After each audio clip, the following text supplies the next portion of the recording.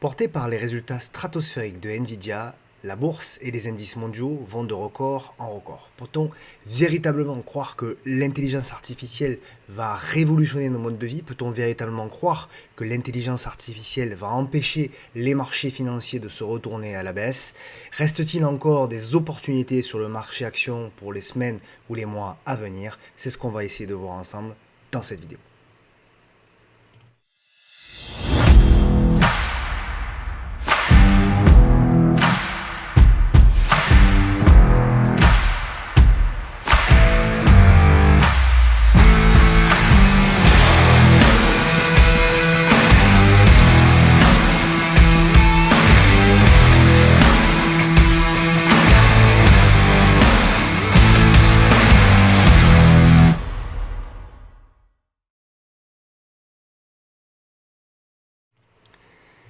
Bonjour à toutes et à tous, j'espère que vous allez bien. Bienvenue dans cette nouvelle vidéo hebdomadaire bourse, trading et investissement qui va s'intituler cette semaine La mort des shorts.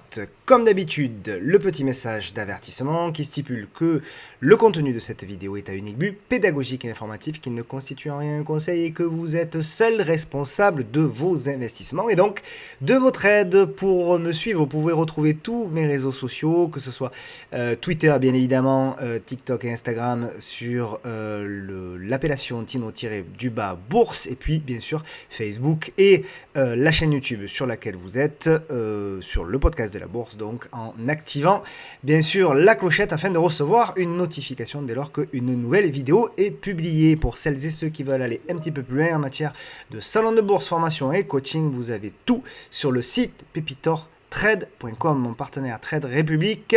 Bien évidemment, Trade Republic, c'est 1€ l'ordre, quel que soit le montant de l'ordre. C'est un courtier qui est bien sûr réglementé, un broker qui est bien sûr réglementé en Allemagne.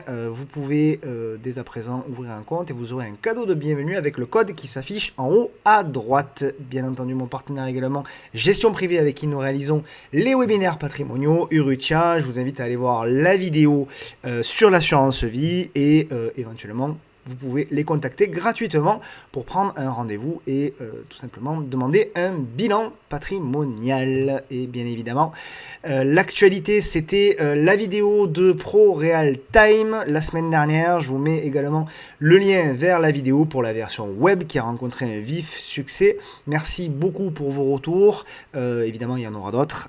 Voilà, c'était essayer de faire en sorte de faire un tuto qui dure moins de 25 minutes pour vous apprendre les bases pour la maîtrise de cette version web. Je rappelle que la version web est totalement gratuite.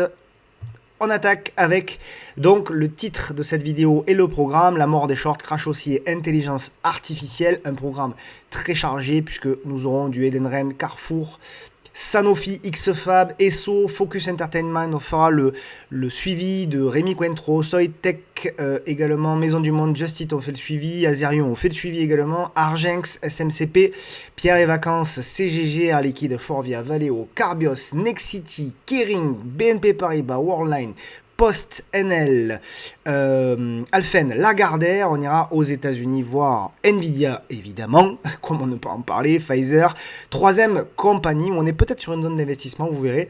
Et bien sûr, je vous réserve le petit titre à suivre comme d'habitude. Merci beaucoup pour l'ensemble de vos encouragements. Merci beaucoup pour vos nombreux commentaires, pour vos relais sur les réseaux sociaux. Merci également, je tiens à le dire, pour votre courtoisie dans les messages, dans les commentaires. Vraiment, ça fait plaisir. On se plaint souvent que le monde va pas bien.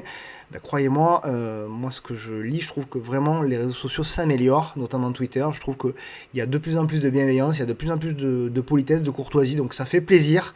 On va tous ensemble dans le même sens. C'est pas qu'une histoire de bourse, c'est pas qu'une histoire d'argent.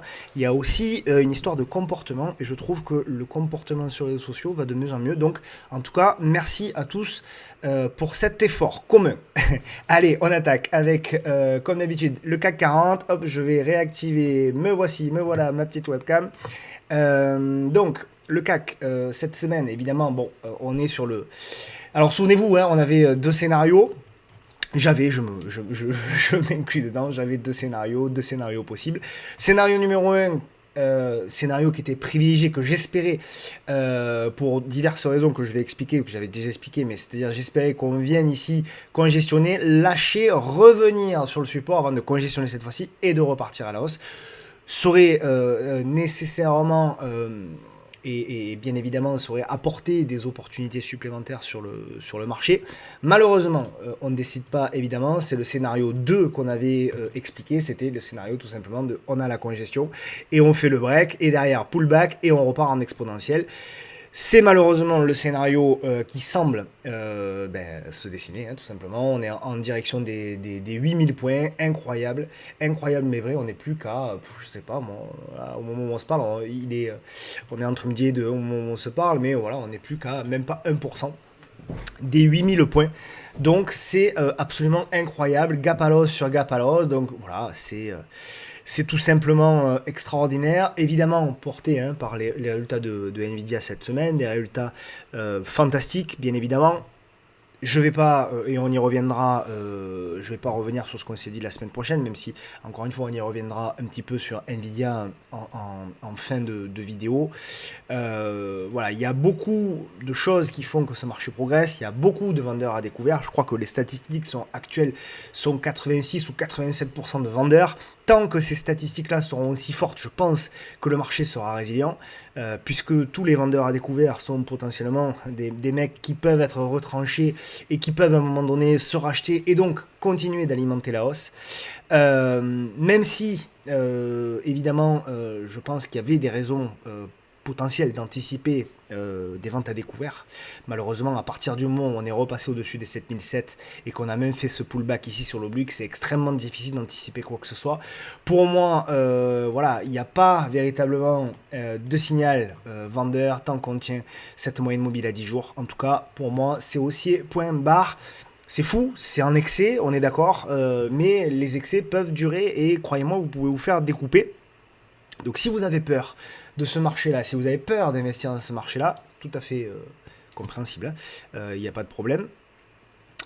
Surtout en termes d'investissement, en termes de swing trading avec des plans, des stops et tout, il n'y a pas de problème.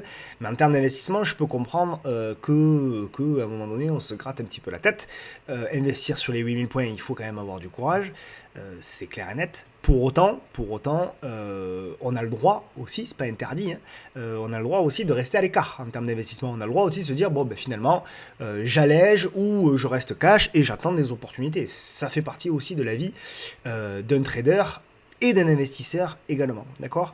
Donc, toujours avoir ça en tête. Le CAC Small, alors qui lui, c'est là où c'est intéressant aussi, qui lui ne se comporte pas du tout de la même manière que les indices, et c'est là où on a des divergences qui apparaissent, puisque on avait, souvenez-vous, une surperformance des small caps, grosso modo sur les 2 derniers mois de l'année, où on avait des indices mondiaux qui avaient progressé, mais qui n'avaient pas non plus explosé, et au moment où l'exponentiel sur les indices se déclenche, sur le Nasdaq, sur le CAC 40, etc., c'est là que, sur les small, on voit que ça patine, ça patauge, que c'est pas terrible, et que ça construit plutôt des figures, pour le moment, des figures de consolidation, des figures de construction.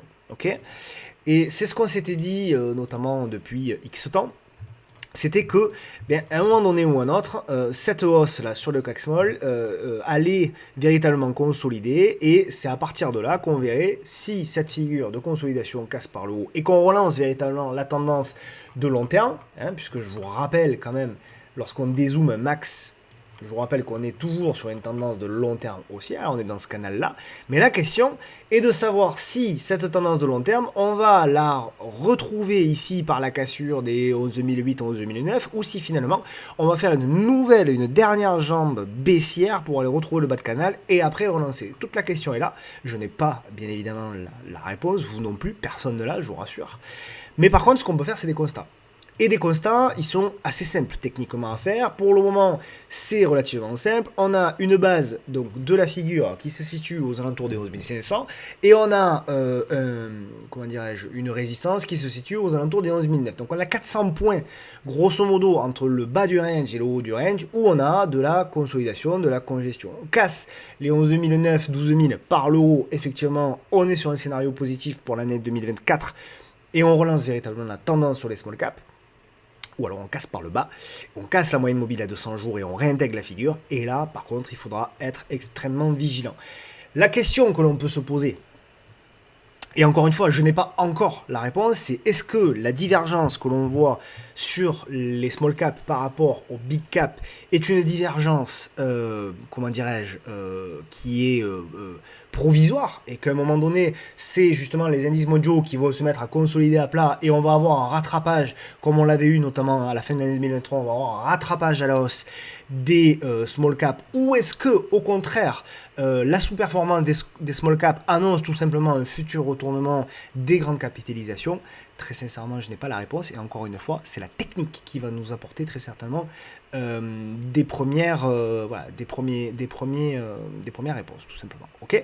Donc pour le moment, c'est de l'observation. Je suis pas négatif à ce stade. Pour moi, encore, c'est de la neutralité. Alors bien évidemment, on est dans la saison des publications. Je republierai cette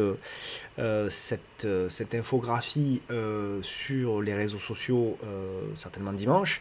Bien évidemment, on est encore. Alors, quelqu'un m'a dit c'est la fin des publications. Non, pas du tout. Hein. C'est loin d'être la fin. On est même en plein dedans. Et donc, voilà, il faut faire attention à ça. Regardez bien le week-end les publications qui ont lieu. Elles ne sont pas toutes, là, c'est quelques-unes des principales. En plus, il peut y avoir des erreurs. Donc, des fois, il y a des changements de dernière minute. Donc, n'hésitez pas, bien évidemment, à aller voir les publications qui vous concernent. Ok ? Donc voilà grosso modo le sentiment. Pour le moment, il n'y a pas de signal vendeur. Oui, on est en excès sur les indices pour moi, notamment les indices de grande capitalisation. Oui, clairement, on a des excès, notamment sur le secteur de la tech, mais ces excès-là, pour le moment, à chaque fois que ça baisse, on a des achats et véritablement, pour le moment, je n'ai pas de signaux clairs de vente, même si... je pense quand même qu'à un moment donné ou un autre, on devrait avoir le retour de bâton, d'autant que, comme je vous l'ai dit, sur le CAC Small, sur le CAC 40 classique, lorsqu'on déclenche des exponentielles comme ça peut durer quelques jours, parfois quelques semaines, mais généralement, ça ne dure pas des mois. Donc, on aura à un moment donné ou un autre, évidemment, on paiera la facture et on aura le retour de bâton. Mais enfin, d'ici là, en tout cas, comme je le dis souvent, tant que la musique joue, on peut continuer de danser. Et donc là, pour le moment, la musique joue. Donc on passe aux actions. Avec cette semaine, une qui a fait l'actualité, c'est Edenred. Alors, Edenred, toujours la même chose. Ça, c'est commun, comme d'habitude, sur le marché des actions. Ça, c'est très commun. Moi, je m'amuse beaucoup à publier des analyses techniques lorsqu'il y a des grosses chutes comme ça des actions. Je l'avais fait pour Kering, je l'avais fait pour... SES, Imago, Tag, pour toutes ces valeurs qui à un moment donné ont corrigé, et parce qu'elles corrigent sur des raisons, des news. Hein. Là, voilà, il y a des news qui sont a priori pas bonnes sur Edenred, et c'est toujours la même chose. À ce moment-là, tout le monde dit, bah moi je reste à l'écart, c'est trop dangereux. Et pour autant, vous savez, quand une action baisse là c'est de 25%, une aussi belle action qu'Edenred, en général, c'est pas sans raison, c'est qu'il y a une raison fondamentale. Et évidemment, toujours la même chose, c'est les personnes qui pensent que ce n'est pas une opportunité parce que c'est trop dangereux, qui loupent les opportunités. Alors oui, véritablement, il y a un risque. Évidemment, lorsqu'il y a une baisse, il y a forcément, en général, un risque qui est associé à cette baisse-là. Maintenant, toute la question est de savoir aussi, vous, qu'est-ce que vous pensez de ce risque-là, comment vous l'évaluez. Alors moi, je connais pas très bien le dossier, c'est pas forcément un dossier qui m'intéresse, qu'importe, mais c'est plus pour avoir un aspect pédagogique global. Vous devez vous dire, bon, ben, comment j'évalue moi à titre perso ce risque-là, véritablement? Est-ce que j'écoute tout ce qui se dit sur les réseaux sociaux? Est-ce que les informations dont je dispose sont véritablement inquiétantes ou pas? Ça, c'est la première chose qu'il faut se dire. Et deux, et c'est peut-être la principale chose qu'il faut se poser la question, c'est quel money management je vais accorder à un investissement sur Edenred.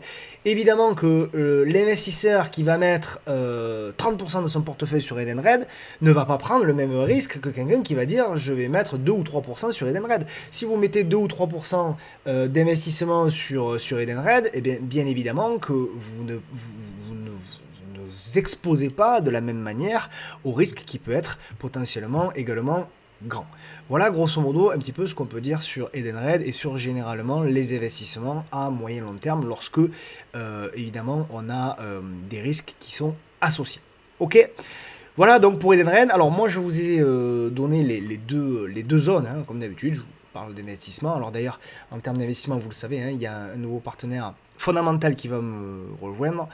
Ça a été dévoilé sur les réseaux sociaux, c'est Hibou. Je vous en dirai un petit peu plus longuement, probablement la semaine prochaine. Donc vous aurez du contenu fondamental supplémentaire gratuitement qui viendra élaborer le contenu de ces vidéos et le contenu sur le réseau. Donc ça aussi, c'est très positif. Bon, Edenred, il y a deux zones pour moi qui sont intéressantes. Je vous les ai mis dans les ellipses. Alors, celle-ci, je l'avais dessinée il y a 2 jours. Évidemment, c'était le point des 48, grosso modo, qui a déjà généré un beau rebond. À voir la suite. Et puis, on a une seconde zone pour moi qui se situe voilà, aux alentours des 45. Voilà les deux zones éventuellement sur lesquelles on peut véritablement investir si on le souhaite, sur Edenred. Voilà. Moi, pour le moment, tant que j'ai pas de signal technique de cassure, j'ai rien techniquement qui me dit que ça va partir beaucoup plus bas. Pour le moment, c'est un retour sur un support numéro 1. Il y en a même un second. Tant qu'on tient pour moi la zone, même je peux même aller jusqu'aux 42 euros. Pour moi, la tendance de long terme n'est pas, même de moyen terme, n'est pas remise du tout en question sur le titre Edenred. Donc pour le moment, moi je fais l'analyse technique. Et l'analyse technique, pour le moment, me dit que c'est loin d'être perdu. Carrefour, qui a fait des heureux cette semaine. Alors, on en avait parlé de Carrefour, on la suit depuis un petit moment. Donc, je vous renvoie à l'analyse peut-être plus complète sur les semaines précédentes et les vidéos, bien évidemment, précédentes. Carrefour, donc c'est une tendance plutôt neutre qui donne pour moi des signaux positifs. Hein. On avait dit, voilà, retour dans la zone potentielle là, sur le support, hein, donc sous les 15 euros. On a fait le plus bas 14,82. Donc derrière, pouf, on a pour moi le break de l'oblique. Donc on a eu la congestion, effectivement, comme d'hab. Derrière, on a breaké donc, les 15,24 €. Alors c'était difficile hein, de jouer les résultats, bien évidemment. Donc on a breaké et là on fait la conso. Donc c'est là, véritablement, alors il y a toujours la même chose. On dit, ah j'ai loupé l'opportunité Carrefour. Non, vous n'avez rien loupé du tout, je vous rassure. Vous inquiétez pas, regardez un peu la figure. Véritablement, si Carrefour doit se retourner à moyen long terme, vous avez un potentiel qui est devant vous, d'accord? Donc vous avez rien loupé du tout, vous avez juste géré votre risque et vous avez attendu d'avoir un petit peu plus de nouvelles de l'entreprise pour pouvoir y investir dedans. Donc potentiellement, c'est une bonne idée, d'accord? Donc maintenant, on a eu le signal. Agressif, hein, c'est agressif parce que véritablement le signal pour moi il sera en cassure, le signal de moyen terme sera en cassure de l'oblique ici en rouge. Donc pour le moment on est juste des traders ou des investisseurs agressifs si on veut rentrer. Donc on a la cassure, on attend la congestion pour jouer la relance et ensuite jouer donc le fameux deuxième mouvement. Okay, on peut imaginer que c'est potentiellement ce qui est en train de se passer. Donc pour moi on a des zones de support qui sont là.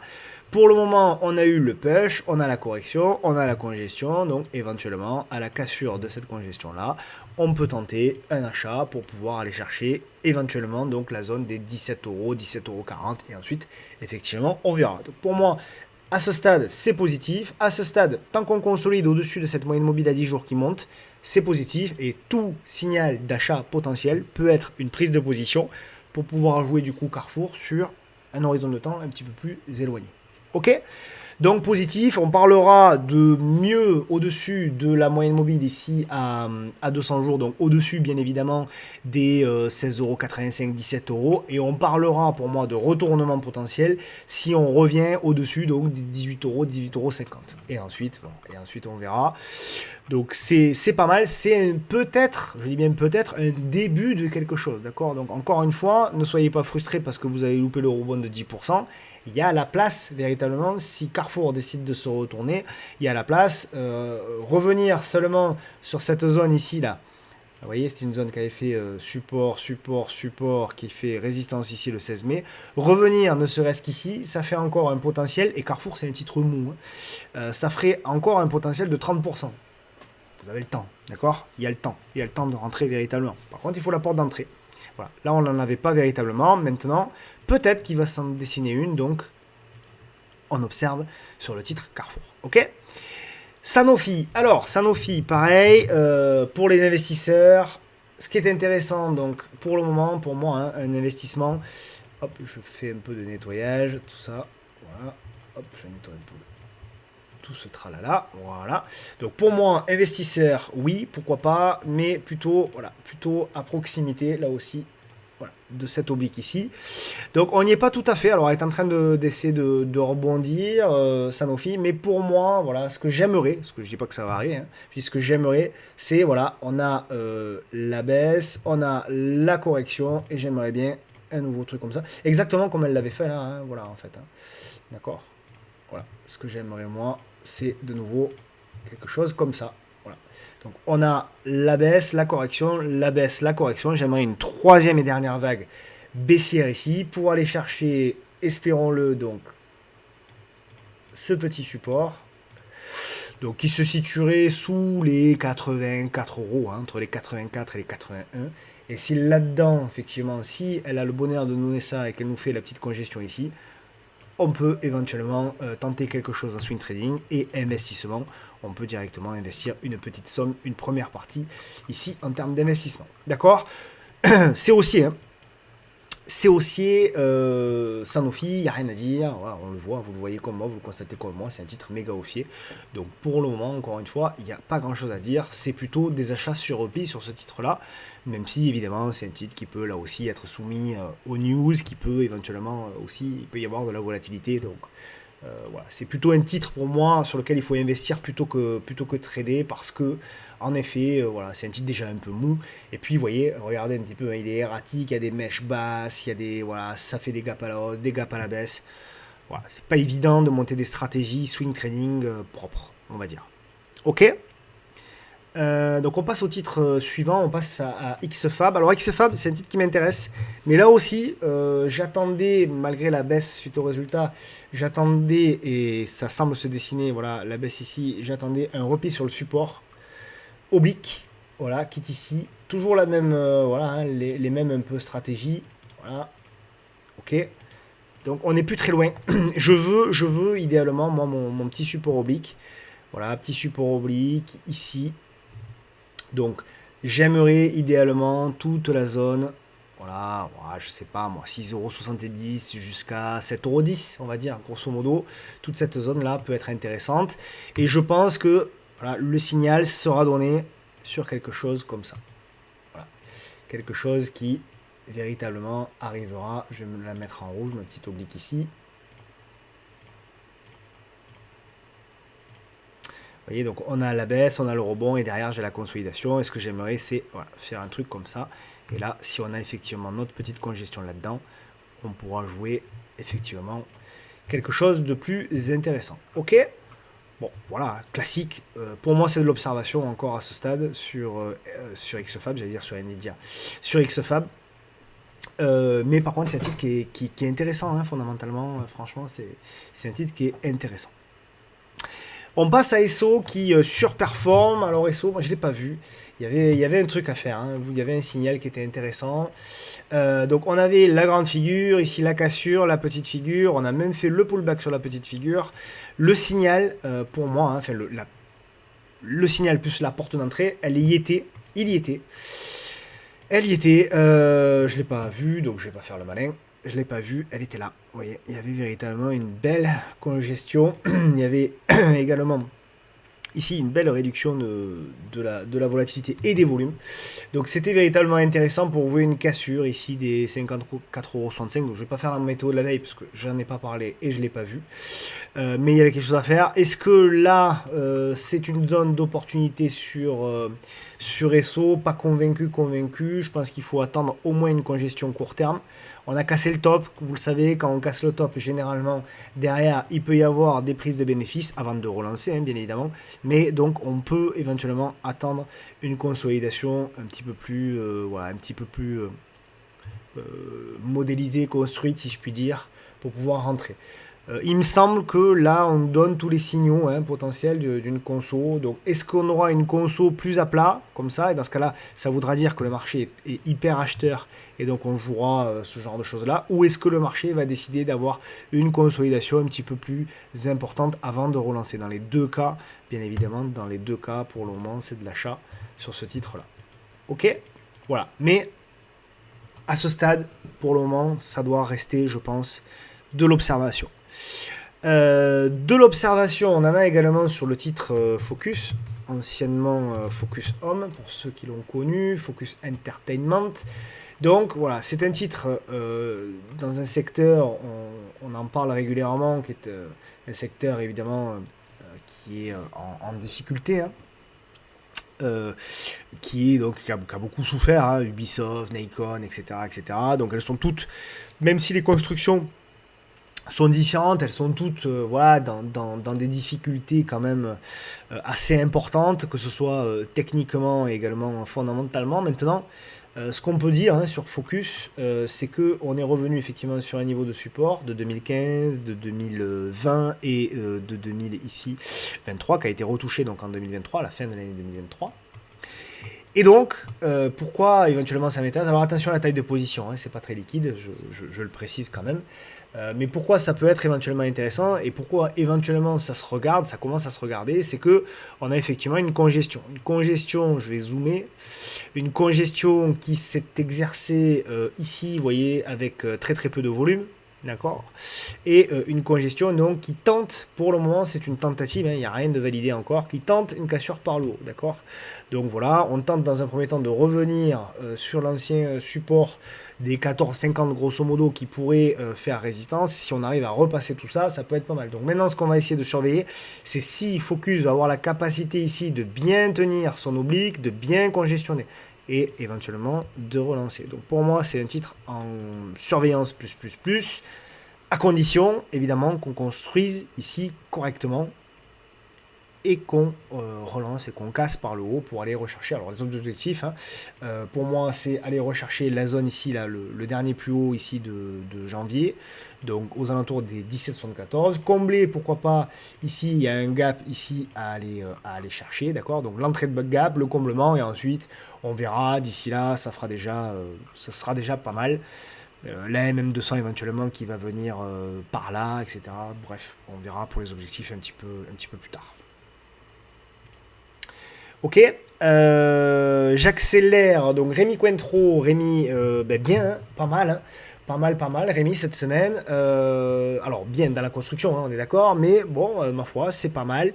Alors nous, on a une petite position sur le salon, pardonnez-moi, qu'on a pris ici à la cassure des 98 euros, grosso modo.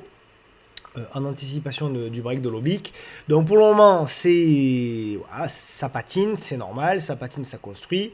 Donc on verra. Éventuellement, il faut véritablement, hein, s'installer au-dessus des 102 euros pour pouvoir lancer. On a cette zone ici, donc à effet support, résistance. Tant on l'avait dit, hein, donc notamment la semaine dernière, tant qu'on ne casse pas cette zone-là et qu'on ne la reteste pas ici en support, eh bien, véritablement, on n'aura pas de relance. Donc, objectif, casser ici la zone des 102, 103, venir s'y installer, venir congestionner, combler le gap ici des 108, et ensuite, on pourra jouer éventuellement la cassure et jouer éventuellement la relance. Voilà, donc plutôt pas mal sur Rémi Cointreau. Là aussi, ça doit être un titre qui doit rester en observation de près, d'autant que là aussi, Rémi Cointreau a déjà publié, donc a priori, il n'y aura pas de mauvaises surprises à venir. Voilà pour le titre Rémi Cointreau. Alors, le titre suivant, Soitec, hein, là aussi, donc évidemment porté par les bons résultats de Nvidia. On est toujours un petit peu dans la même figure, hein, sur Soitec. Donc, on a effectivement ici ce support oblique qui a fait support ici, là et là. On avait dit que véritablement le signal potentiel, c'était la cassure de cette oblique ici en bleu, que je vais d'ailleurs mettre en rouge. Et ce qui est assez intéressant, c'est la construction. Donc on a cassé effectivement l'oblique, on a fait le pullback, on reteste encore une fois le support qui fonctionne, et on a donc la petite figure qui est en train potentiellement de se tracer. Donc on verra comment elle est, que c'est comme ça me paraît un peu pentu, bon, on verra.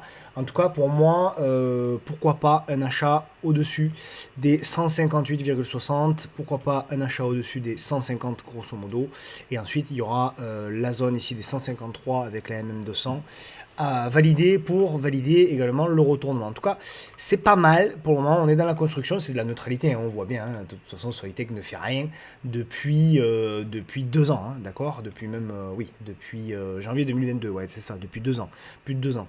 Donc, vous voyez, pour le moment, c'est de la construction, mais effectivement, au-dessus des 148, 149, 150, il peut éventuellement se déclencher quelque chose de positif sur le titre, tant qu'on tient là aussi la MM10. Je redeviendrai un petit peu plus vigilant sous les 137 euros. Et les objectifs, c'est d'aller chercher pour moi les 168 et ensuite donc les 180. Et après, on verra effectivement pour aller chercher les 239.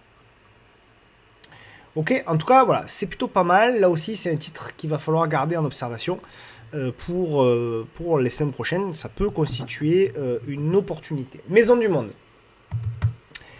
Alors, Maison du Monde, donc c'est un titre qui a beaucoup souffert, évidemment. Alors, c'était un des titres stars, notamment donc de 2017 et également de 2020 jusqu'à 2021. C'est un titre qui, évidemment, est en énorme souffrance, qui a fait donc un nouveau plus bas historique. Pour le moment, tant qu'on ne repasse pas de toute façon au-dessus des 5,75 €, je reste plutôt négatif. Donc c'est une tendance dégradée, c'est baissier sur toutes les temporalités. Donc il n'y a pas véritablement, il n'y a pas grand-chose à se dire, encore une fois.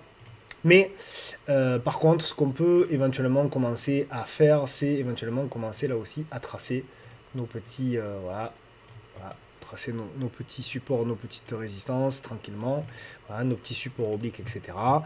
On peut également se dire que on pourrait avoir ici des débuts de supports, de biseaux descendants qui sont en train de se tracer, d'accord, ça c'est pas impossible, d'accord, mais encore une fois, pour le moment, c'est de la construction. Alors, j'aime bien vous parler des constructions bien avant, hein, j'aime bien vous parler des titres bien avant pour pouvoir vous dire, voilà, ça construit, comme ça vous les mettez dans vos watchlists, vous attendez des signaux techniques, plutôt qu'une fois qu'elles ont rebondi de 60%, de dire il suffit de remonter les stops. Non, ce qui est intéressant, c'est plutôt d'observer les congestions, etc. Bon, pour le moment, voilà, on en est là. Les figures, elles peuvent ressembler à ce genre de choses. Donc pour le moment, c'est encore une fois de l'observation. Il va falloir casser éventuellement déjà l'oblique ici, voilà. Et ensuite, quand on sera là, quand on s'installera là, éventuellement, on jouera ce genre de mouvement. Mais il va falloir beaucoup de choses. Et il ne faut pas omettre le fait que aussi, ça peut être finalement une cassure par le bas. Et derrière, un dernier sell-off. Alors, pas en dessous de 0, hein, quand même, je vous rassure. Quoique, des fois. Mais en tout cas, voilà. Il faut pas sous-estimer le fait que ça peut aussi lâcher et qu'on peut avoir un dernier sell-off de panique. Mais pour le moment, ça commence à ressembler potentiellement à une fin de structure baissière, vous voyez. Ça peut ressembler, voilà, à un biseau descendant qui est en train de se construire. Pas de signal. On observe, on se met sur le côté, mais voilà, je préfère encore une fois vous en parler. On y reviendra, on essaiera de faire le suivi. Just Eat, alors il publie mercredi, voilà, si je ne me trompe pas, mercredi, donc il n'y a rien à faire hein, sur Just Eat, mais vous le savez, c'est quelque chose que je surveille parce que, voilà, là aussi, on avait une fin structure, une fin structure, entre guillemets, puisque on avait ici, voilà, on avait le biseau descendant qui a cassé, on a fait la congestion, là aussi, elle a cassé, par le haut, donc on a eu le push, et voilà, on a la figure intermédiaire qui est en train de se dessiner.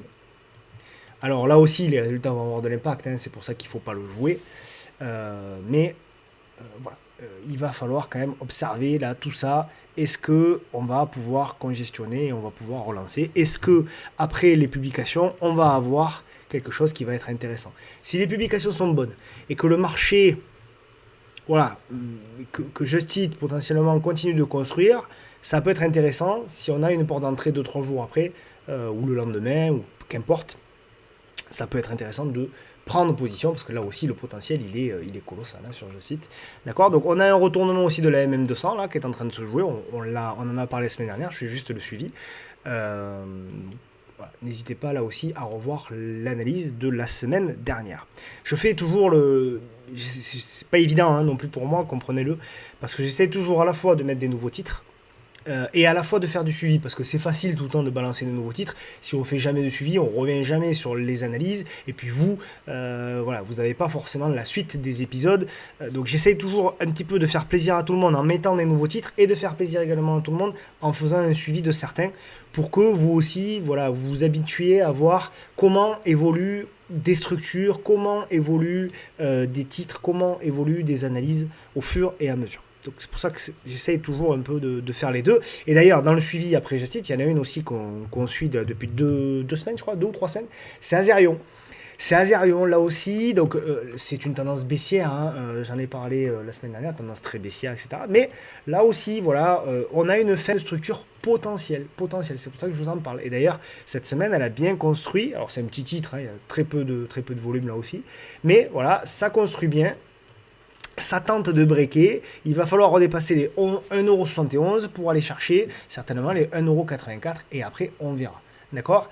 Donc là aussi c'est un titre qui construit bien, c'est un titre, voilà, on repasse négatif bien évidemment sous les 1,50€. Ok? Donc pas grand chose de plus à dire au niveau du suivi de Azerion, si ce n'est que c'est encore mieux, si je puis dire, c'est encore mieux finalement que pour le moment c'est encore mieux que la semaine prochaine. Argenx, c'est un petit, enfin pas un petit titre, hein,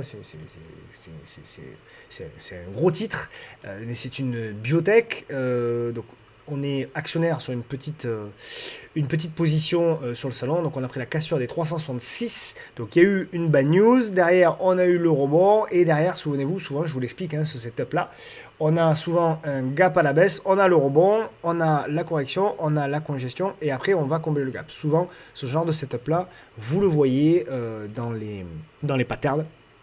C'est clairement ce qu'on joue ici. Pour moi, idéalement, le pattern, c'était plutôt celui-là à prendre. Bon, on l'avait pas vu, je l'avais pas vu, donc on a pris le second, qui est plutôt pas mal. Donc on va certainement se protéger là aussi. L'objectif, c'est d'aller combler le gap. Évidemment, le gap qui est ici. Voilà, donc si on arrive à rentrer dans le gap, à repasser au-dessus des 379, on va dire, l'objectif, ce sera certainement d'aller combler le gap et aller chercher les 412. Donc il y a du potentiel. Il faut faire attention en termes de taille de position, là aussi. Hein. Il peut y avoir des bad news, donc il faut faire attention. Mais la congestion, on le voit, elle est là. Bon, les volumes, c'est moyen, on va dire, c'est correct. Donc pour moi, il n'y a rien de négatif. Tant qu'on tient, allez, à court terme, tant qu'on tient les 355, pour moi, ça reste positif sur le titre Argenx. C'est un titre coté en Belgique. Donc, petit coucou à mes amis belges qui me suivent, je sais. SMCP.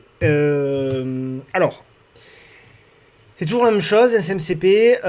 Donc on la suit depuis 2-3 semaines, on fait le suivi parce que, encore une fois, trop de gens l'ont. Voilà, quand il y a un consensus baissier sur une valeur, c'est là où moi je commence à m'y intéresser.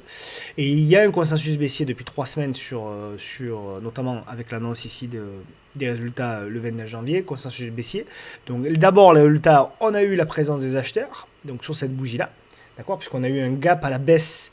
Et donc le titre a perdu jusqu'à moins de 17% en séance avant de quasiment tout reprendre. Et puis depuis, ben, là aussi, on a le phénomène hein, du gap à la baisse, derrière le rebond et la baisse avant une nouvelle congestion. Ben, c'est exactement ce qu'on a ici, avec le gap à la baisse, le rebond et la congestion. Donc pour moi, ça s'observe. Il n'y a pas véritablement là aussi de signal, mais ça s'observe.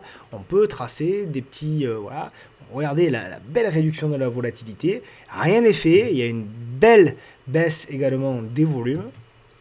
Il va falloir valider tout ça. Et la première, il y aura pour moi deux signaux hein, techniques. Le premier signal technique, vous l'avez peut-être vu. Je vais zoomer parce que du coup, voilà, il est là. Vous le voyez, c'est le double top.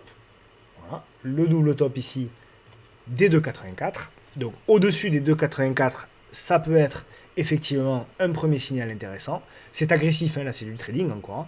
Hein. Ce sera de l'agressivité. Le deuxième signal, ce sera au-dessus des 2,94 €. Et enfin, le troisième signal potentiel sera au-dessus des 3 €. Et si on repasse tout ça, très sincèrement, je pense que ce sera positif. Je redeviens par contre évidemment négatif. Pour moi, c'est sous ce plus bas. D'ailleurs, il y a un double appui. Hein. Vous le voyez ici. Voilà, double appui parfait. Là. Voilà. Pour moi, tant qu'on ne repasse pas Allez, je vais le mettre en violet, voilà. Tant qu'on ne repasse pas sous la zone violette ici, les 2,59 €, je reste pas positif, mais je reste dans un sentiment de neutralité, de construction, etc. Dans un sentiment de ralentissement du momentum baissier, voilà, ce que je voulais dire surtout. Et donc, c'est pas si mal que ça. Voilà. On repasse sous les 2,58 €, 2,57 €. Effectivement, là, je change d'avis. On repasse au-dessus des 2,84, 2,94, 2,98. Là, par contre, je change également d'avis, mais là, je suis en revanche beaucoup plus positif. Ok. Voilà, donc là aussi, c'est de la construction. Pareil que Maison du Monde, pareil que Focus Home, pareil que toutes ces valeurs-là. Je préfère vous les montrer avant. Alors oui, le taux de réussite c'est moins bon. Oui, effectivement, les probabilités que SNCP lâche par le bas sont supérieures. J'en suis conscient, c'est une tendance baissière. Mais je préfère, voilà, vous parler de SNCP maintenant plutôt que, comme beaucoup font, une fois qu'elle sera à 3,60 €, vous dire ben, il suffisait simplement d'acheter là et de remonter le stop. Non, c'est pas ça. Je préfère vous parler des constructions avant. Comme ça, vous pouvez préparer vos plans le week-end, vous pouvez vous renseigner, vous avez le temps. Vous avez le temps tranquillement de mettre en place vos stratégies. Pierre et vacances, VAC. Alors, Pierre et vacances. Voilà, donc ce qui est intéressant sur Pierre et vacances, hein, alors c'est un titre qui est dégradé, hein, c'est un titre endetté, tout ça, il y a de la dette, donc il faut quand même faire véritablement attention, mais voilà, si on s'en tient à la technique, alors moi c'est un titre sur lequel je suis assez attaché, Pierre et vacances, pour des raisons perso, et je trouve que, bon, ben voilà, la construction, elle n'est pas si moche que ça. Alors, il y a un énorme gap, là, qui est ici, bon, qu'on aurait potentiellement un objectif, si on est très gourmand. Mais voilà, si on revient un petit peu plus sur Terre, on est dans une figure qui ressemble un petit peu à ça. Avec, vous le voyez ici, un support oblique, ma foi, qui a véritablement fait son effet. Voilà. Et donc, on a au-dessus cette zone de résistance aussi qui est là. Donc, c'est pas mal, ça congestionne. On a une petite congestion qui est en train de se former ici. Donc, à observer la semaine prochaine, si on a une congestion par là, pour pouvoir jouer le break et jouer un mouvement un petit peu plus intéressant. Donc, pour moi, c'est un titre clairement qu'il faut suivre. Alors, je ne sais pas quand est-ce qu'ils publient là aussi, ou s'ils ont déjà publié, qu'importe. En tout cas, il me semble que c'est plus tard, Pierre et vacances. En tout cas, ce qui est intéressant, véritablement, c'est de la mettre là aussi en watchlist et de l'observer pour les jours, potentiellement les semaines à venir. Ok. On repasse sous les 1,17 €, hein. On laisse tomber et on passe à autre chose. Ok. Mais voilà, là aussi, pour le moment, tant qu'on est au-dessus, là aussi, de la M10, on voit un petit signal. Tant qu'on est au-dessus de la M10, pour moi, il faut continuer éventuellement à chercher des petits achats. Attention, hein, c'est pas hyper liquide, hein, c'est en moyenne 150 000 € échangés. Hein, c'est les small cap françaises de toute façon. Du moment où on est sur une small cap française, c'est malheureusement devenu tout très peu liquide.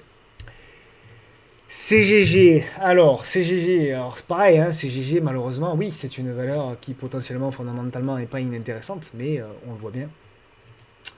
Je vais tout effacer d'ailleurs. On le voit bien, hein, c'est baissier. Je vais me mettre, alors peut-être pas se mettre en hebdo déjà. Se mettre en hebdo, c'est méga baissier, hein. On casse le plus bas historique. Donc ça, vous le savez, quand on casse le plus bas historique, généralement, c'est là où on a un rebond. Et là, on le voit, malgré la cassure de ce plus bas historique, bah, CGG a beaucoup de mal. Hein. CGG a beaucoup de mal. Il y a eu une petite réaction ici, mais depuis, c'est hyper compliqué. En données journalières, ben, là, c'est pareil. Bon, on peut commencer, hein, oui, alors pour les traders agressifs, hein, on peut commencer voilà, à tracer potentiellement des biseaux descendants, se dire qu'on fait des tentatives, tout ça, oui. Mais c'est compliqué, quoi. C'est compliqué. On a du mal. Voilà, on repasse au-dessus de la M10, mais on a du mal à la tenir. Bon, véritablement, si vous n'êtes pas un trader aguerri, si vous n'êtes pas quelqu'un avec de l'expérience, si vous ne savez pas forcément couper rapidement vos pertes, etc., restez à l'écart de ce titre-là. Maintenant, si vous êtes un trader ou si vous avez absolument envie de rentrer sur CGG et que vous voulez un plan de trading, bah écoutez, on peut l'imaginer comme celui-là. On peut l'imaginer avec un achat au-dessus des 0,4080 ou alors juste au-dessus. Voilà, il y a un double top quasiment là au-dessus des 0,41, qu'importe.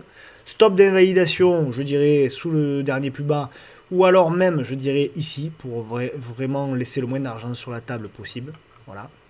Et après, voilà, après vous jouez éventuellement un retour sur les 0,4766. Il y a un petit gap ici à aller chercher. Et éventuellement l'ancien support ici qui pourrait désormais faire résistance. Voilà le plan que je pourrais vous proposer, mais encore une fois, soyez raisonnable dans la taille de vos positions. Soyez conscient que vous tradez une tendance très baissière. Des points bas sur CGG, il y en a eu, ça fait 15 ans qu'il y a des points bas sur CGG. Donc il n'y a pas de raison que ça ne dure pas une 16e année. Pour le moment, les flux sont méga baissiers. Il suffit de regarder là aussi les graphiques hebdomadaires. C'est simple, hein, assez simple. Hein. Quand vous voulez savoir si vous avez les flux avec ou contre vous, vous mettez une moyenne mobile à 10 jours. Je le répète pour les nouveaux qui nous rejoignent, qui je vous souhaite la bienvenue d'ailleurs. Vous regardez, vous mettez une moyenne mobile à 10 jours, à 10 semaines et à 10 mois. Vous regardez donc en hebdomadaire, en semaine, où c'est que vous êtes sur la moyenne mobile à 10 semaines. Donc là, on est en dessous et elle baisse, flux moyen terme baissier. Et ensuite, vous faites la même chose sur l'unité de temps mensuel. Et vous le voyez sur l'unité de temps mensuel, on est également en flux baissier puisqu'on est sous la moyenne mobile à 10 mois qui est baissière. Donc pour moi, véritablement, on n'est pas sur des flux haussiers de moyen et de long terme. Donc on sait que quand on essaye de rentrer sur de l'unité de temps court terme, on a les flux véritablement contre nous. Ok ? Donc voilà un petit peu pour CGG. On passe à Air Liquide. Donc Air Liquide, hein, méga haussière, superbe bougie encore, etc., etc. Voilà, toujours la même chose. Pour moi, quand même, bon, voilà, c'est pas. Alors, je vais faire mes nettoyages. Souvenez-vous, hein, depuis le support qu'on avait proposé ici. Mais pour moi, voilà. Air Liquide, c'est une. Évidemment, il n'y a pas de discussion possible. Hein, c'est une très belle tendance. C'est. Voilà. Il n'y a pas grand chose à dire. Je vais effacer un peu tout ça. Je vais faire un peu le ménage. Mais pour moi, voilà. Pour moi, c'est plutôt une action à acheter sur repli. Voilà. Plutôt une action à acheter sur repli. Le repli peut mettre beaucoup de temps. D'accord. Un repli là peut mettre beaucoup de temps. Mais pour moi, c'est plutôt une action à acheter sur repli. Donc, un investisseur, pour moi, il doit, alors si vous êtes dedans, vous montez vos stops, vous protégez, etc. Si vous n'êtes pas dedans, pour moi, c'est pas forcément une zone d'investissement hyper intéressante sur ces niveaux de prix là. On n'en a rien, hein. La qualité là aussi de Air Liquide, c'est une superbe valeur, c'est voilà. Mais je pars du principe quand même que voilà, investisseur, plutôt rester sur le côté. Il y a un gap assez important. Je pense qu'à un moment donné, on va venir quand même le combler. Donc voilà, on peut éventuellement d'ailleurs tracer des petits canaux. Alors on peut le voir comme ça aussi. Hein, voilà. D'ailleurs, on peut le voir un peu comme ça, si on veut du piqué. Voilà. Bref, en tout cas, pour moi, bravo à celles et ceux qui sont investisseurs. Je sais que souvent il y a des investisseurs sur Air Liquide, donc c'est une formidable valeur. Il y a en plus véritablement, là, pas du dividende, enfin il y a du dividende, mais il y a surtout des actions gratuites. Donc ça c'est intéressant. Là pour le coup, pour l'actionnaire. Mais surtout, voilà, c'est une très belle valeur. Pour autant, quelqu'un qui n'est pas investi dans Air Liquide, je ne suis pas persuadé que ici, là, ce soit l'opportunité du siècle pour pouvoir placer son argent. Ok. Donc j'avance parce qu'il n'y avait pas forcément grand chose à dire, mais certains m'ont demandé un petit peu un point. Donc si vous êtes investisseur, pourquoi pas peut-être alléger un petit peu ou du moins remonter les stops. Forvia. Alors la zone que j'attendais depuis longtemps a été touchée. Elle est là. Ouais, je vais me mettre en données journalières plutôt. Voilà. Elle était là. Donc zone effectivement de support. Support. Donc dessus, ça a été acheté. Je zoome maintenant. Ok. Donc pour moi, ok, on a validé le support, ou en tout cas pas loin, donc c'est intéressant. Mais pour moi, maintenant, ce qui va m'intéresser, c'est la congestion, là aussi, voir si on va avoir la capacité, là aussi, de bien congestionner. Pour le moment, j'ai rien du tout. De toute façon, Forvia, tant qu'on ne repasse pas au-dessus de cette zone-là, voilà, même si fondamentalement, je pense qu'il y a quand même de l'intérêt, je pense que clairement, on arrive à des niveaux de valorisation comme Valeo, qu'on verra juste après, qui sont quand même assez délirants. Pour autant, pour le moment, le marché n'en veut pas. Ok. Pour le moment, c'est des robots techniques. Pour le moment, voilà, ce n'est malheureusement guère plus que des rebonds techniques. D'accord. On aura éventuellement un premier signal ici au-dessus de cette oblique, ici en rouge. Et pour moi, véritablement, le retournement, c'est si on arrive à s'installer ici au-dessus des 15,50 €, grosso modo. Ok. On arrive à s'installer au-dessus des 15,50 €, pourquoi pas jouer effectivement ici la cassure et véritablement un signal de long terme. Il y a le temps hein, sur Forvia, là aussi, regardez un petit peu la baisse, elle est spectaculaire. Je vous rappelle qu'au Forvia, en 2018, c'était pas il y a 30 ans, hein, 2018, mai 2018, donc ça fait 6 ans, elle était encore à 77 €. Alors, je dis pas qu'on va revenir à 77 €, mais allez, ne serait-ce que si on revenait, vous voyez, ici, là, voilà, sur cette zone-là, la zone des 23 €, c'est pas incroyable, hein. Écoutez, la zone des 23 €, ça ferait un gain de 70%. Donc vous voyez, pour vous donner un petit peu le potentiel et vous donner un petit peu les perspectives si le titre décide de se retourner. Vous voyez, on a loupé certes potentiellement un rebond de 20%, mais encore une fois, ce n'est qu'un rebond. Même si 20%, ça peut paraître énorme, et ça l'est, pour autant, lorsqu'on prend du recul sur le titre, c'est pas si énorme que ça, et il y a encore beaucoup de chemin à faire avant de retrouver des niveaux précédents. Ok, Valeo. Alors, Valeo, elle est là, Valeo. Alors, c'est dans la même veine hein, pour Valeo. Donc, Valeo, ce qui est intéressant, c'est qu'on a un niveau de support ici des plus bas Covid hein, de 2020. Donc, on s'inscrit dans un biseau descendant. Ce biseau descendant, sur le bas ici, on a eu la réaction. Ok, réaction sur le bas de biseau, mais, pour le moment, ce n'est qu'une réaction. Par contre, on commence à avoir des niveaux intéressants. On commence à savoir que, voilà, au-dessus des 0,31, on pourrait avoir éventuellement un signal pour jouer. Voilà, pour jouer ce genre de choses-là. Donc, je décale un peu la figure qu'on avait imaginée ensemble, il y a quelques temps. Voilà. Donc, il faut éventuellement d'abord, premier signal technique au-dessus des 11,30 €. Deuxième signal technique au-dessus de cette oblique-là. Et véritablement, le retournement, si on congestionne au-dessus de l'oblique et si on arrive à casser par le haut la congestion qui pourrait éventuellement se former. On ne néglige pas, on ne néglige surtout pas le fait que Valeo peut aussi casser par le bas et finir par un sell-off avant éventuellement. Mais en tout cas, on peut avoir un dernier sell-off qui peut faire extrêmement mal, puisque je vous rappelle quand même que lorsque je me mets en unité de temps mensuelle, voilà, on a encore des zones qui sont très basses sur Valeo. On a des supports à 2 € jusqu'à 5 €. Hein. Donc vous voyez, on a encore un potentiel de baisse si ça lâche de 50% sans aucun problème. C'est possible. D'accord. Donc si vous êtes investisseur, voilà, on fait attention. On rentre potentiellement, oui, mais oui, on est sur une grosse zone, hein, on le voit, hein, zone qui avait fait, donc c'est une zone, ce que j'appelle de friction. Zone de friction ici en 96, zone de friction ici en 2005, zone de friction ici en 2011, 2012, zone de support en 2020, zone de support ici en 2024, mais rien n'est fait. Et on le voit, il n'y a rien pour le moment, il n'y a aucun signal de retournement. D'accord. Donc ne pas négliger que oui, investir là, pourquoi pas, mais avec possibilité de renfort, donc éventuellement plus bas entre les 2 et 5 €. D'accord. Parce que sinon, si vous faites all-in ici, vous pouvez vraiment, véritablement souffrir. Ça ne veut pas dire que vous ne récupérerez pas votre argent, ça ne veut pas dire que Valeo, une fois qu'elle va toucher là, va ensuite repartir, mais vous pouvez avoir peut-être 1 an, 2 ans, 3 ans où votre capital souffre et où vous, psychologiquement, vous allez évidemment souffrir. Donc là aussi, attention à la taille de position, attention au rythme d'investissement que vous allez donner à cette position éventuellement sur Valeo. Ok. On passe à une petite cap avec Carbios. J'ai rien oublié. Non, apparemment pour le moment, je n'ai pas oublié grand chose. Donc Carbios, donc c'est une tendance, on va dire, assez neutre. On est sur une valeur qui est pas inintéressante hein, fondamentalement. Alors nous on l'avait suivi, souvenez-vous, hop, à la cassure ici de cette oblique là. Bon, il y avait également le support, voilà, support oblique là et là.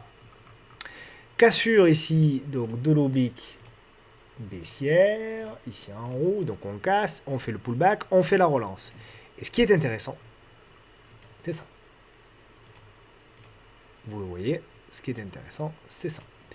Ça qui est en train de se faire avec une baisse marquer des volumes. Ok. Donc oui, alors c'est un lecteur qui m'a envoyé la config, c'est vrai, donc je le remercie, j'ai oublié son prénom, pardon. Mais oui, concrètement, ça ressemble beaucoup à ce qu'on pourrait éventuellement trader. Pourquoi pas jouer ici la cassure des 20,25 €. Le stop, il n'est pas compliqué. Il est si le cours redescend en clôture de préférence, parce que ça reste une petite capitalisation, hein. Vous voyez, il peut y avoir des mèches, etc. Mais si le cours casse à la baisse en clôture la M10, à ce moment-là, il faudra sortir pour du swing trading. Et en objectif, toujours la même chose, on rejoint le plus haut ici qui correspond à un niveau qui avait fait support là, qui fait donc résistance là, et donc c'est ce qu'on vise là.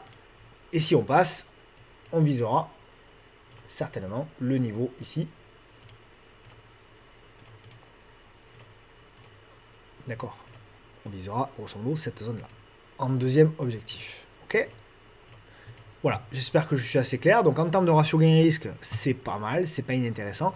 Je ne sais pas là aussi quand est-ce que publie Carbios, donc n'hésitez pas à le regarder. Ok. Nexity, alors par contre Nexity, il publie mercredi, je crois. Ok, donc mercredi, on verra éventuellement la publication de Nexity. Pour le moment, il n'y a rien à faire. Je dirais même que c'est moyen, puisque pour moi, donc il y avait le gap des dividendes ici qui n'a pas été comblé. Hein, donc depuis le gap dividende, après le versement des dividendes, on a encore perdu 35%. Je ferai, on me l'a demandé, une vidéo sur les dividendes. Mais bon, c'est un sujet sensible, j'avais marre de me faire taper dessus aussi, donc je vais attendre un peu. Mais je ferai une vidéo concrète sur les dividendes pour expliquer de manière factuelle ce que sont les dividendes, quels sont les avantages, quels sont les inconvénients. Comme ça, au moins, on n'en parlera plus et tout le monde pourra décider par soi-même. Donc, ce qui m'embête un petit peu, hein, donc, au niveau de Nexity, vous voyez, c'est qu'on avait effectivement un niveau de résistance qui est venu pullbacker, on a tenté la relance, derrière, on revient faire la congestion, c'était plutôt pas mal d'ailleurs, puis finalement, on casse par le bas, et là, voilà, on est en train de lâcher. Alors, on ne lâche pas tout à fait, hein, attention, hein, pour le moment, rien n'est fait, et puis de toute façon, il est clair que les résultats vont très certainement donner le ton, mais de toute façon, après les résultats, hein, tant qu'on ne repassera pas au-dessus de cette oblique ici en rouge, on sera prudent. Il y a un beau potentiel hein, sur Nexity, je trouve qu'elle construit bien. J'ai hâte de voir un petit peu ce que disent les résultats, et surtout l'interprétation que va en faire, bien évidemment, le marché. Ok, j'accélère parce que je suis à la bourre. Donc, Kering, hein, on fait le suivi, mais pour le moment, il n'y a rien à dire, c'est très positif. Voilà, très positif. Donc, on a effectivement toujours l'objectif d'aller revenir là, sur cette zone ici, grosso modo. Pour moi, il n'y a rien à dire. Tant qu'on est au-dessus de la moyenne mobile à 10 jours qui monte, il n'y a rien à dire. Donc, j'accélère, même si je fais le suivi. BNP Paribas, résiliente, BNP Paribas, plus que résiliente. Donc, souvenez-vous, on avait proposé, dès la vidéo du 2 février, on avait proposé un achat donc dans la zone des 53. À 54, on a fait le plus bas 53,10, donc véritablement celles et ceux qui ont acheté aux alentours des 53, bah, ils ont fait ma foi un rebond de 6-7%, ce qui est pas mal. Je m'attends possiblement, on verra, mais pour moi c'est pas impossible qu'on ait une nouvelle attaque baissière pour vouer éventuellement le double appui et éventuellement relancer. Je reste positif moi sur les bancaires, de toute façon, au moins à court terme. À moyen long terme, peut-être un petit peu moins, mais au moins sur les prochaines années, je pense que évidemment les bancaires ont toujours du potentiel. Un titre qui annonce également ses résultats, je vais les suivre de près, c'est Worldline. Hein, ses résultats, je crois que c'est mercredi également, de mémoire. Ouais, c'est ça, mercredi, apparemment. C'est toujours difficile. Donc, on avait cette oblique ici en rouge qui a été cassée. On a eu la formation de la petite figure ici en rouge qui a été cassée. Et on n'a pas, donc c'est bien parce qu'on peut redescendre, abaisser à nouveau nos niveaux nos niveaux intéressants pour pouvoir acheter. D'accord. Donc, pour moi, hein, tant qu'on tient. Tant qu'on casse pas, plutôt le contraire, tant qu'on casse pas les 12,52 €, je reste plutôt extrêmement prudent, même si voilà, c'est baissier, on est sous la M10 journalière, etc. Même si voilà, je trouve que ça construit quand même pas mal, mais il n'y a pas véritablement de signal. Et tant qu'on n'est pas au-dessus des 12,52 et pour du moyen terme, tant qu'on n'est pas au-dessus des 14 euros, soit 16, on reste plutôt prudent, vigilant, etc., etc., etc. Ok. PostNL, donc un titre qui est en tendance baissière également. PostNL, voilà. Il n'y a rien à faire pour moi. Donc c'est une tendance baissière. Ok. Tendance très baissière. C'est un petit peu à l'image de Maison du Monde. On a potentiellement une fin structure, mais il n'y a rien de validé. Donc voilà, pour des traders, si on casse éventuellement ce canal par le haut, pourquoi pas. On casse par le haut, on fait la congestion, pourquoi pas.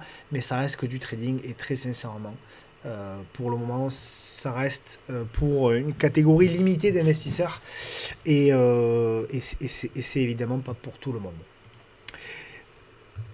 Un titre difficile actuellement à lire, c'est évidemment Alphen. Alors Alphen, elle était propre, très propre au support ici.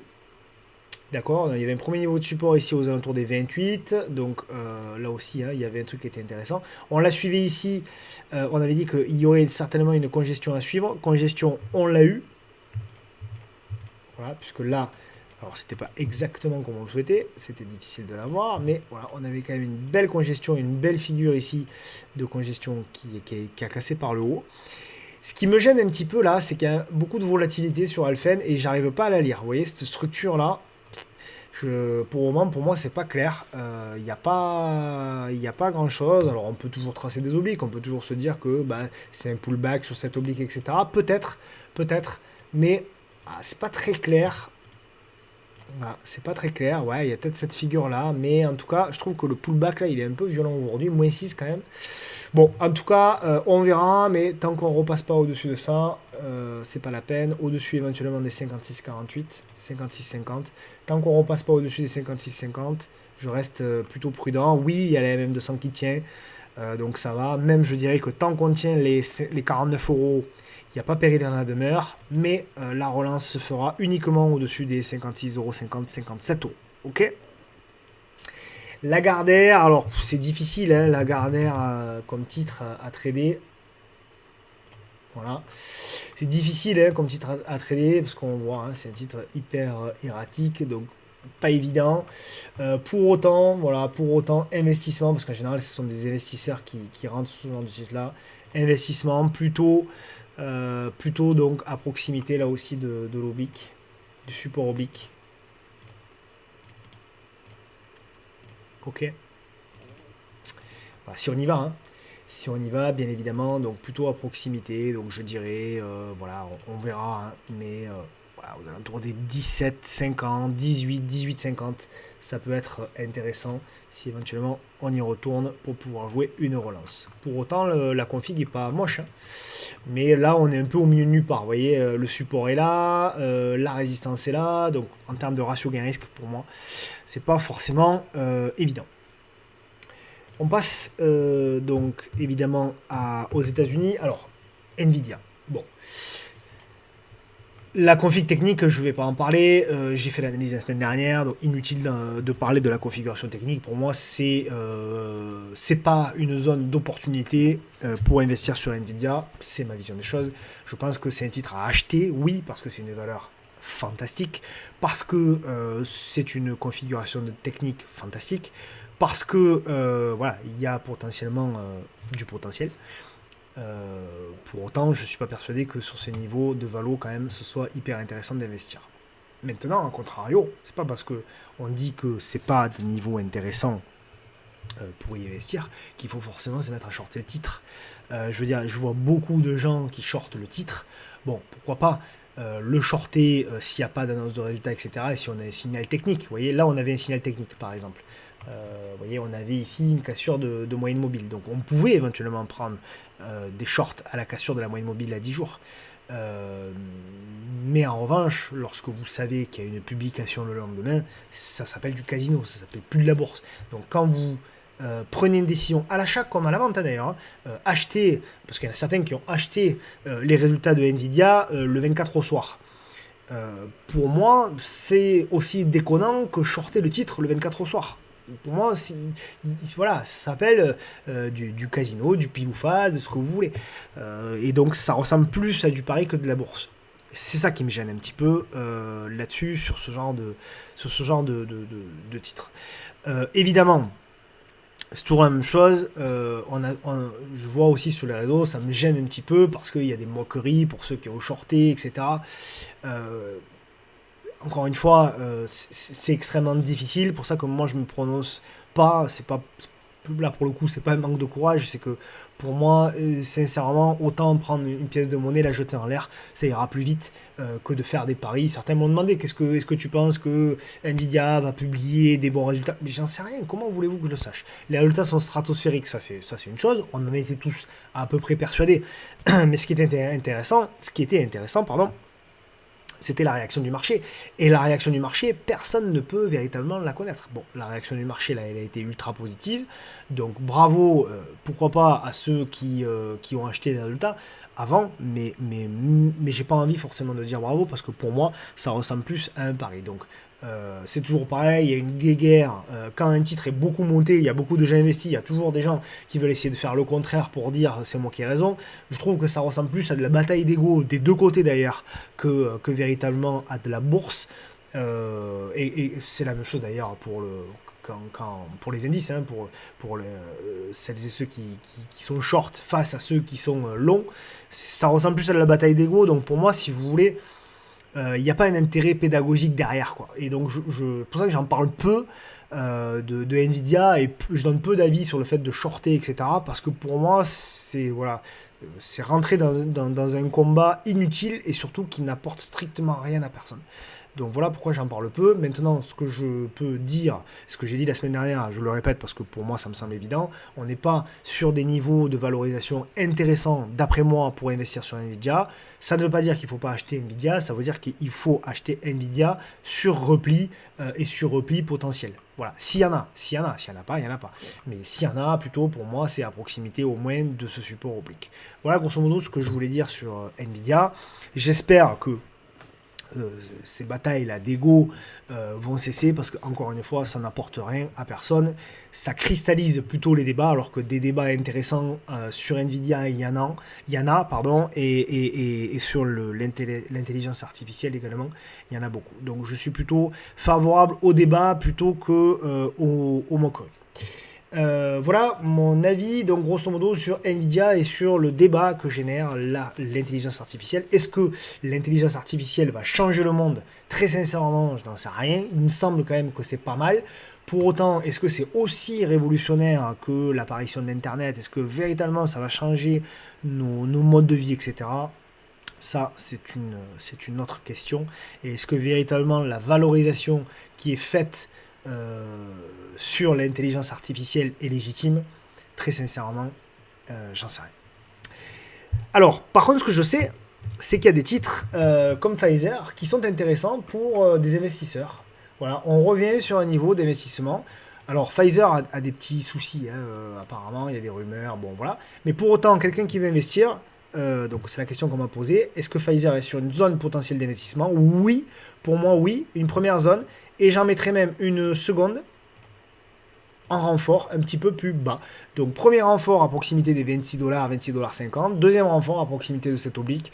Ça devrait se situer aux alentours des 20$, quoi, grosso modo, entre 19 et 21. Donc voilà pour moi les deux zones d'investissement. Pour du trading, prise de position éventuelle, pour moi, donc c'est bien, on commence à avoir des petits niveaux intéressants.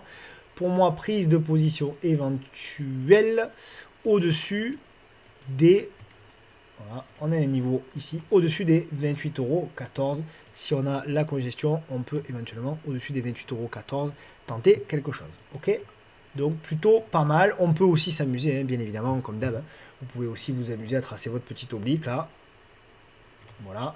Et vous dire, ben moi j'ai investi que à partir du moment où j'ai mon oblique ici qui est pété. Voilà, ok. L'oblique ici, vous la mettez en rouge. Voilà. Et en gras, voilà, vous dire au-dessus de l'oblique, je tente potentiellement quelque chose. Ok? Mais oui, en tout cas, investisseur, rentrer une première ligne de Pfizer ici, c'est pas totalement déconnant. Au même titre que le dernier titre US, avant de passer au titre à suivre, le dernier titre US, c'est troisième compagnie.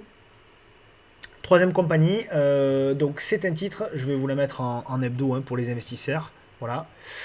Bon, même en mensuel, même en mensuel, voilà. Est-ce que c'est le moment d'investir sur troisième compagnie? Pour moi, oui, on est sur une zone. Première zone d'investissement. Première, investissement toujours en plusieurs fois. Pensez toujours voilà, à accumuler en plusieurs fois. Voilà. Pour moi, c'est une première zone d'investissement à renforcer éventuellement. Hop, voilà, à renforcer éventuellement là aussi un petit peu plus bas sur cette zone-là, donc la zone des 71. Donc vous voyez, si vous investissez ici aux alentours des 90 $ et que vous renforcez ici aux alentours des 70 $, ça vous fait un prix grosso modo aux alentours des 80, on va dire, aux alentours ici, un prix moyen. Et je pense que sur du long terme, sur un titre comme ça, avoir un prix de 80 $ à horizon 3 ans, 5 ans, 8 ans, bien évidemment, mais je pense que ça a du sens en fond de portefeuille d'avoir ce titre-là avec un prix aux alentours des 80 $. Voilà pour troisième compagnie, et puis je vais terminer par le titre à suivre. Alors le titre à suivre, je vais vous surprendre, c'est un secteur en grande difficulté, c'est Helena Santé. Helena Santé, on l'a suit depuis un petit moment. Alors, elle est sur, elle a rebondi pas n'importe où, elle a rebondi, vous voyez, sur un niveau pour moi de prix intéressant. Voilà, un niveau de résistance ici, on le voit de friction ici, de support ici. Et donc, en unité de temps journalière, c'est la construction qui était intéressante. J'ai mis l'accent dessus sur Twitter et sur les différents réseaux. Donc, on avait la grande figure ici, très propre, cassée par le haut. On a fait ici la petite figure, très propre, casse par le haut. Et là, on tente de relancer. Donc, pour moi, alors, il va falloir quand même... On n'arrive pas pour le moment à s'installer au-dessus de la zone ici. Je vais la mettre ici en violet. Voilà. Il va falloir redépasser les 22 €, grosso modo, 22 €, 22,20 € pour relancer. Mais c'est pas mal. C'est pas mal, c'est positif. Là aussi, voilà, si on arrive à avoir une belle congestion à suivre pour la cassure, et éventuellement le break. Pour aller chercher donc la moyenne mobile ici à 200 jours. Et ensuite, on ira chercher, pour moi, c'est là, grosso modo, le premier niveau d'objectif qui sera là. Toute cette zone ici, donc premier niveau d'objectif aux alentours des 24,30 € et ensuite on ira chercher ici les 26,65 € et ensuite on verra, on fera le suivi. Voilà les amis, merci une nouvelle fois d'avoir suivi cette vidéo, j'espère qu'elle vous a plu. N'hésitez pas, comme d'habitude, à mettre en commentaire ce que vous avez pensé. Il y aura, je sais qu'on me l'a demandé, un live qui sera fait dans l'année, dès que je trouverai un moment. J'ai tellement de choses à faire et malheureusement trop peu de temps pour livrer tout le contenu que je souhaite. Mais oui, il y aura un live qui se fera très certainement un dimanche soir. On l'avait fait l'année dernière, on le refera. Merci pour vos soutiens. N'hésitez pas encore une fois en commentaire, je lis tous les commentaires, donc vraiment, voilà, n'hésitez pas en commentaire à me dire ce que vous avez pensé. N'hésitez pas à faire le relais comme vous le faites certains, et je vous en remercie. N'hésitez pas à faire le relais sur les différents réseaux. Merci encore une fois pour votre bienveillance, pour votre gentillesse. Je vous souhaite de passer un agréable week-end auprès de vos proches. Et puis, bien évidemment, si tout va bien, on se retrouve la semaine prochaine. À plus, bye bye, ciao.